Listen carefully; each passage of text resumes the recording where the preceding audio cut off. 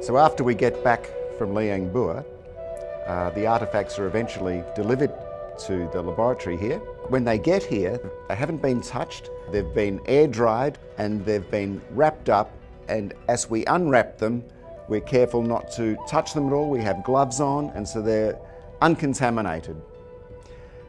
The next step is to take photographs and record what we've got before we even touch the dirt or the artefacts, and we document carefully which side of the artefact is up and which is down, and then we remove that artefact and take an image of the sediment. Because what's important here is what the artefacts are actually touching.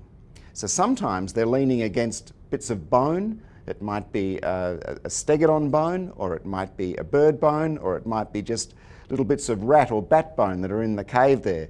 Some of them might have to do with what the artefact was used for, or it might not. So it's very important to document that detail.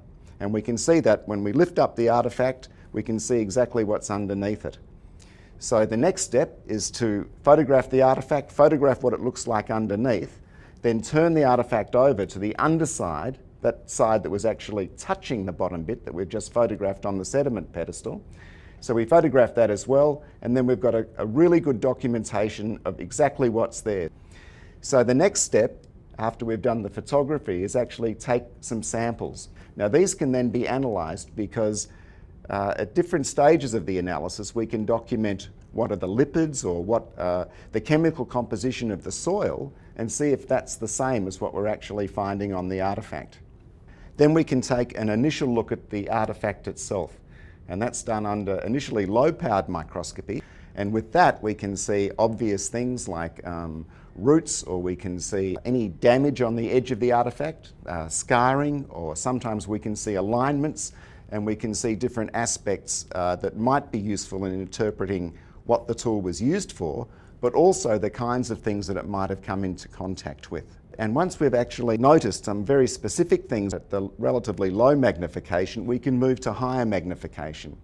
So on the surface we can see things like scratch marks, which show us the directionality and how something's been used, whether it's being used parallel to the edge of the artefact, or it might be used for scraping, using it perpendicular to the edge, or it might be used for chopping or drilling. All these different activities can be determined by orientation of these scratch marks or striations and the angles of the actual scars, the scars and flake scars on the edges, and the amount of rounding. And we can also look at the polish.